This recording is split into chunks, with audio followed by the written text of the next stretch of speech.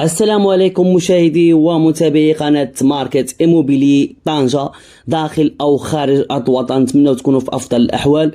اليوم أنا كنتواجد قرب المحطة الطرقية هنا في مدينة طنجة. غادي نوريكم شقة للبيع، المساحة ديالها 80 متر، كتكون من صالة واللي امامكم الان، وكاينه 3 ديال الغرف وجوج ديال الحمامات ومطبخ مجهز وجوج ديال لي بالكون في المساحه ديال 80 متر. الطابق السادس. العماره عندها مصعد والمجمع كيمتاز بالحراسه 24 ساعه على 24 ساعه. الاطلاله ديال العماره على الطريق ديال العشرة. بالنسبه للناس اللي عندهم السيارات يمكن لكم تباركيو الطوموبيل ديالكم حدا العماره.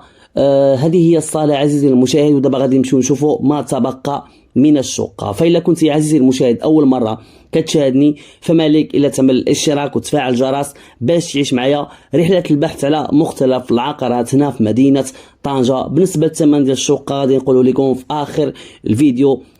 هذه الغرفة الأولى عزيزي المشاهد اللي عندها نفس الإطلالة ديال الصالة، وبالنسبة للغرفة الثانية اللي غادي نشوفوا حتى هي عندها نفس الإطلالة ديال الصالة.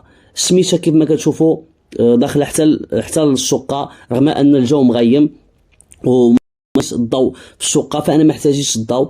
بالنسبه للغرفه الثانيه كيف ما كتشوفوا هذا الباب ديال الحمام.